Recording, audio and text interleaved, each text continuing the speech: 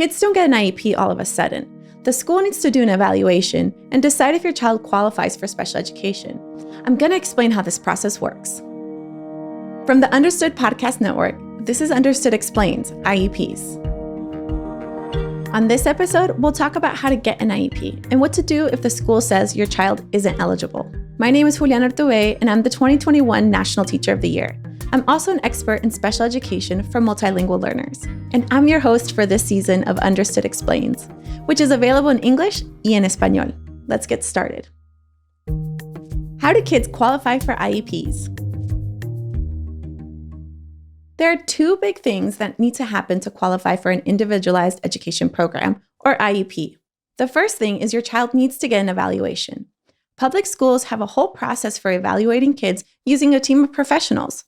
It's free for families, and I'm going to talk more about this in a minute. The second big thing is called eligibility determination.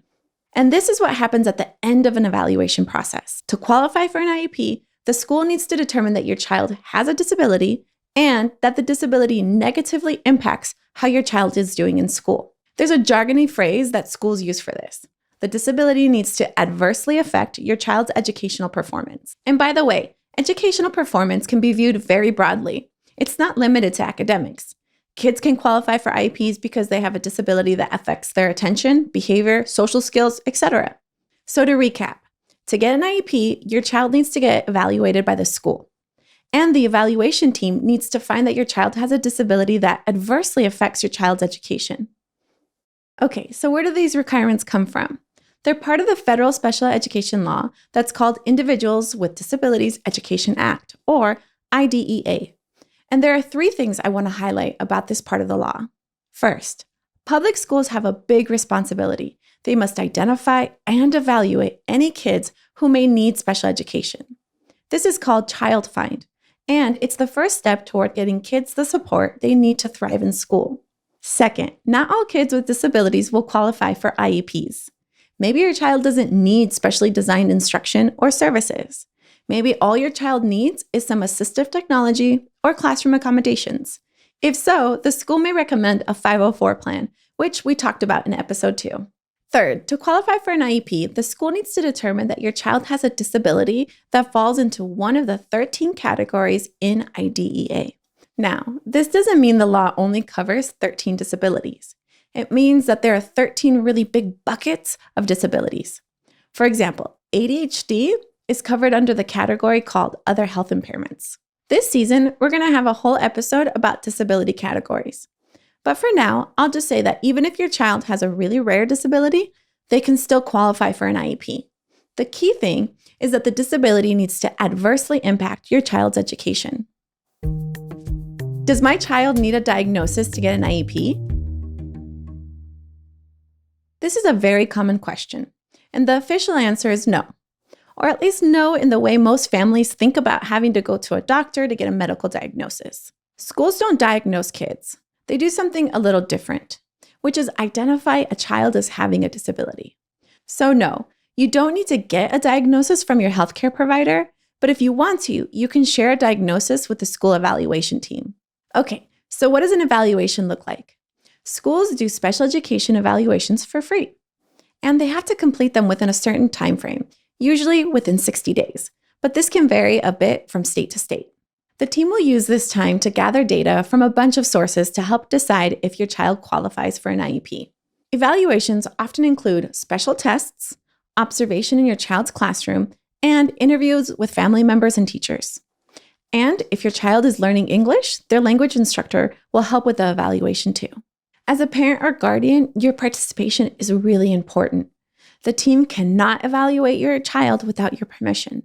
And the more you work together, the more you can help keep the evaluation centered on your child's strengths, as well as your child's needs. If you want to learn more about evaluations, check out the first season of Understood Explains, which is all about getting evaluated for special education. How do I request an evaluation? So before we get into this, I want to mention that there are two ways to start the evaluation process. Either the school can reach out to you in what's called a referral, or you can request an evaluation. Season 1 of Understood Explains has a whole episode about this exact topic. Here are some highlights. The first step in requesting an evaluation is finding out who you should send the request to. Your child's teacher should know, but this is also a good time to ask the school's front office if there's a community liaison or a family support provider. Lots of school districts have this type of person who can help you navigate the system. The next step is to put your request in writing. Write an email or a letter that includes the month and day you sent it, because that date's important. By law, schools must respond within a certain time frame, which varies from state to state. As you're writing your letter, be sure to describe why you're requesting an evaluation. Try to be as specific as possible. You can say things like, "My child has a lot of trouble with spelling. He studies hard, but he can't remember how to spell even the most basic words. And I'm concerned he may have a learning difference or disability. He may need more support at school." If you need help getting started on your letter, we have some templates on understood.org. I'll put a link in the show notes. What if the school wants to wait to evaluate my child? This can be a tough situation to be in. I know a lot of parents don't want to be seen as the squeaky wheel, or may not feel like it's their role to tell the school what to do. But you know your child best. So if you think it's time to evaluate your child, advocate for it. And remember, special education law says that schools need to be actively looking for kids who may have a disability. Now, I want to be clear. Schools don't have to say yes to every request for an evaluation. But sometimes schools want to wait for the reasons that aren't allowed. And I want to give you 2 examples. If your child is struggling, the school may try an instructional intervention. But here's the thing about interventions. They're designed to take several weeks, so the school can see how your child responds to this kind of intensive instruction. The goal is to give the child effective support and time to show progress. But let's say you're feeling pretty confident that you're seeing signs of dyslexia or ADHD or whatever you think might be going on with your child. You don't have to wait until the end of the intervention to ask for an evaluation. You can wait if you want to. Or you can remind the school that an intervention is not a valid reason to delay or deny your evaluation request. Another example is if your child is an English language learner, or what I prefer to call a multilingual learner.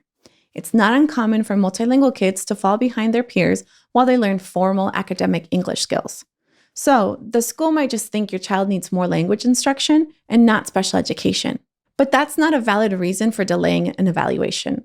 You can request an evaluation for special education even if your child is still learning English. One thing that can be a big help is to let the school know if your child is struggling with things like reading or speaking in your home language.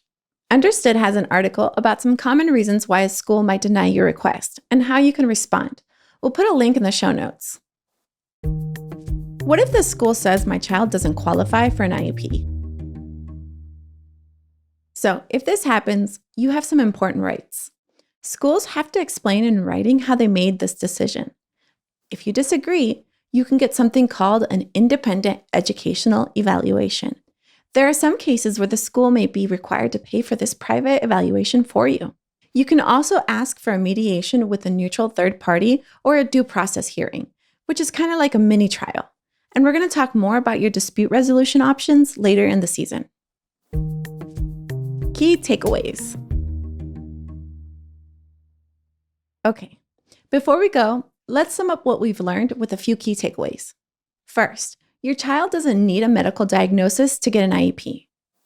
The school needs to do an evaluation to find that your child has a disability that negatively impacts their learning. You can ask the school to evaluate your child, but the team cannot get started until you give your consent. And lastly, you have a lot of legal rights in this process. Remember, you know your child best, and you can be a powerful advocate to help your child thrive. All right, that's it for this episode of Understood Explains. Next time, we're talking about IEP disability categories. You've been listening to Understood Explains IEPs. This season was developed in partnership with Unidos US, which is the nation's largest Hispanic civil rights and advocacy organization. Gracias, Unidos. If you want to learn more about the topics we covered today, check out the show notes for this episode. We include more resources as well as links to anything we've mentioned in the episode. Understood is a nonprofit organization dedicated to helping people who learn and think differently discover their potential and thrive. Learn more at understood.org/mission.